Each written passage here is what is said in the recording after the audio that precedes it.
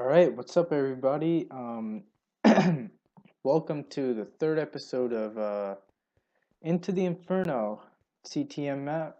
Uh, Last time we went to the barracks and we got like a crap load. I mean, like a lot of loot. Um, Off camera, I actually went ahead and grabbed the orange wool that I accidentally used to craft the bed because I'm stupid, but everything is good now. I've rearranged my inventory, so yeah, let's go on to the Magenta area. I actually lowered my game volume all the way down to like almost where you can't hear it because it's just overpowering me way too much right now. So, oh, crap. God dang it, why can't I hit these guys? Okay. Yes, I have it on easy because I suck at CTMs. Simply put. I'm just not good at CTM. I just realized there's wood. There's actually wood. So we can finally start crafting wooden gear. That's actually very cool. You know what?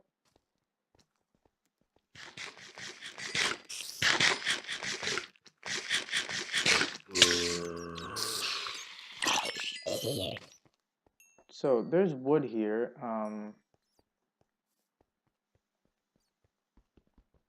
So I want to make myself some torches. I want to at least have a stack of torches, honestly. Okay.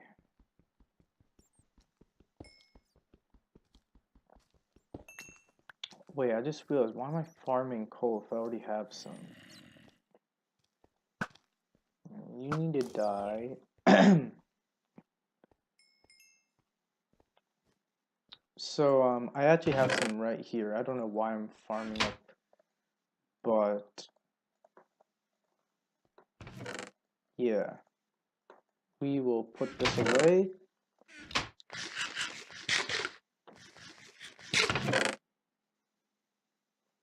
Alright, let's go back. So, now at least I can light the area up. If I can't even light it up, that actually sucks, like, a lot.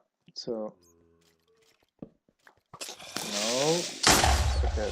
Well, that's actually okay. Okay, you're not okay. That right there is not okay. Bro, why are there so many mobs?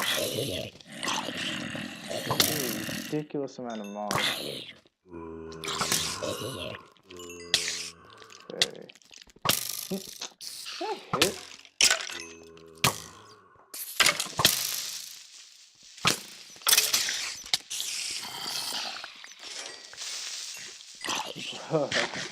So many mobs. And cookies are a really bad source of food because they don't fill you up at all. And your hunger just goes right back down after like 10 seconds of running around. So yeah, this is one of those areas where I'm just gonna have to light everything up. I wish I knew though where all these cave spiders kept coming from. Because as of right now, I don't have a clue. Actually, I just saw some smoke. I think it might be right here somewhere. Okay, so that's a skeleton spawner.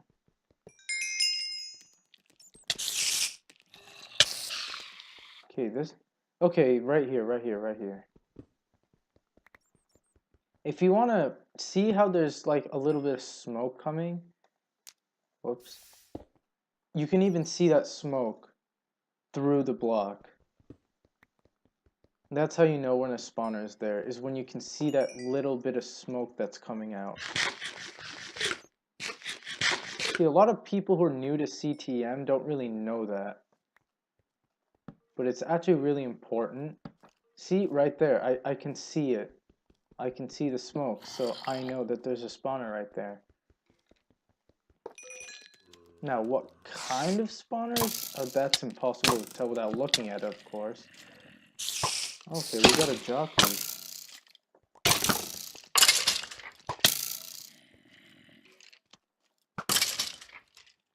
But it's actually really important to know that if you're trying to play a CTM map. Because a lot of the times, if the map makers they're going to hide the spawn. They're not just going to put them out in the open every time, you know? So you have to know that so that you become more aware. Like, one of the key things to becoming good at CTM maps is being aware. You have to be aware of everything that's going on. You have to be smart about it. You can't just run into the area. You have to be careful. You have to know what you're doing. Like, you have to know the surroundings. You have to know the terrain. You have to know the mobs you're dealing with so that you know whether you can just go in or if you have to deal with them from range.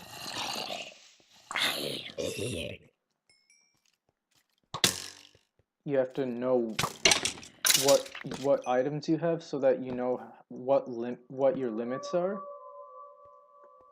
You have to keep track of your food. You have to keep track of durability on weapons so that you know when to back off. Like, see, right now my iron sword's almost gonna break, so... Another thing you should keep in mind when you're playing CTM is check if you're using bow and arrow a lot, make sure you're not out of arrows. Fortunately for me, he gave me an infinity bow, so I'm actually pretty well off for now when it comes to that anyways. Like, I won't have to go get like 3 stacks of arrows just to use them all up in one area. Which is why I love infinity on my bows. But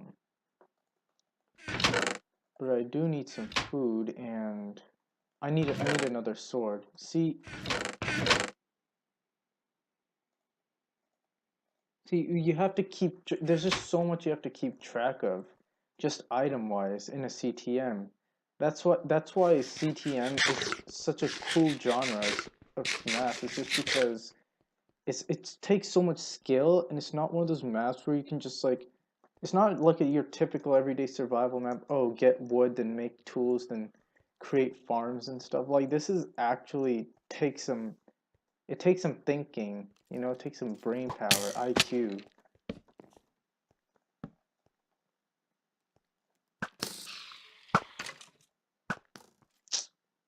Okay. And yeah, that's just items. Like, you have to be aware of the surroundings too, and you have to be aware of underground spawners. Check to see if there's like a black wisp coming. If there is, then you know you just found a hidden spawner. Okay. So we're just gonna climb the vines down. Doesn't seem to be any clear way back up, actually. So I'm just gonna torch up the area real quick. Try to disable the spawners as much as I can.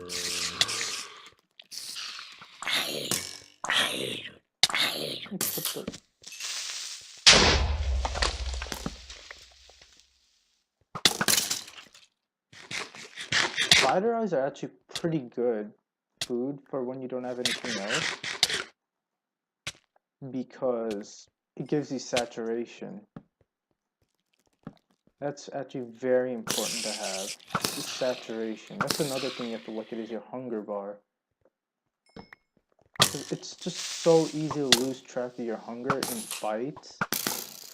Because, like, you won't be looking down at how much hunger you have. You'll either be looking at how much health you have, or you'll just be focusing on all the mobs and stuff, all the action going on. Okay, so I think I just found the wool, actually. So far, these areas have been really straightforward. Not too sure why. started off by giving us almost nothing. Then he gives us a bunch of loot. And now he's giving us wood. So I'm kind of confused as to what's going on. Oh, now we have 2 stacks of logs. Okay. I'm kind of confused. Like, this map, like... I don't know. It said it was easy medium, I think. The only one that's kind of hard is Era of Shadow, which I've already played through. So unfortunately, I won't be able to do a playthrough on that map.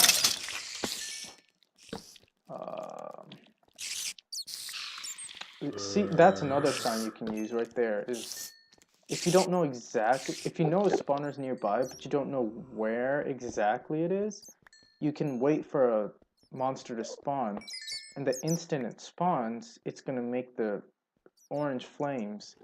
And when you see those, you can see those orange flames if it's like 1 block deep. And you can actually see that. So that's another tip for you guys.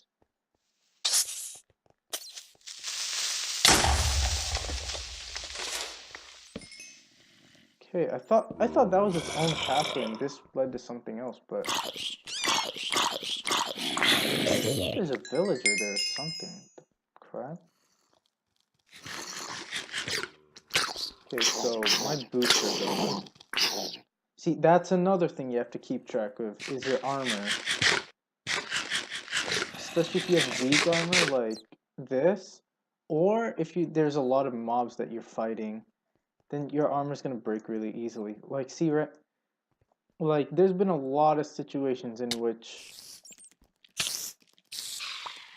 I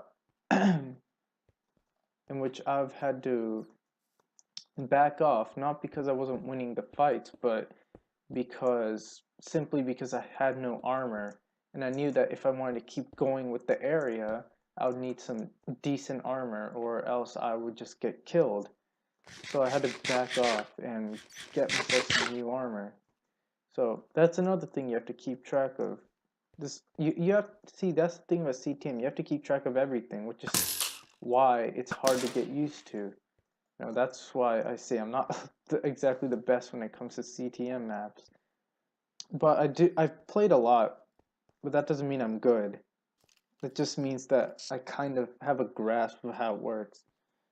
Now, different techniques that you can use include like bridging or tunneling or sniping from a distance or a torch run where you just go. Torch run is actually a really common technique in CTM because you just take a speed potion, or if it's the beginning of the map, you just start running through. You just put torches everywhere, and if you guys don't know, actually in CTM maps, a lot of the times, map makers will make it so that if there's a spawner, the instant you're within its range just spawns the minions. Or the monsters, sorry. That's why torch runs are good, is because it helps you get rid of that spawner, that first trigger, or that first tick of the spawner, so that it doesn't spawn other mobs for a good while. So do I have any other... I don't have any more leggings. That's not good. But I do have this. Anyways, that's enough ranting for now about CTM. I don't know. It's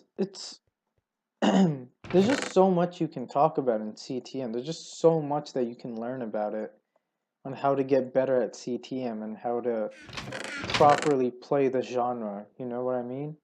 There's just so much that you can learn, and the best way to learn it all is by experience. If there's one thing I can suggest to new CTM map players, just experience. Like if it's at first you're going to die. Like, no question asked, you're going to die. A beginner CTM probably would have died somewhere over there because he wouldn't have taken that area, you know, instead of like going around and using mechanics, he would have just blasted straight through, and he might have fallen into lava by accident or something like that, you know? Because CTM maps train you to be like aware of your surroundings. But anyways, I've talked a lot this episode on CTM maps and techniques you should use actually. So hope you guys learned something from that. That's a nursery though. That's a third wool. They've been really straightforward so far, all these areas. So anyways, next area is the garden, which is the light blue area. And I'm guessing that leads to the second intersection. So with that being said, I guess I'll see you guys in the next episode.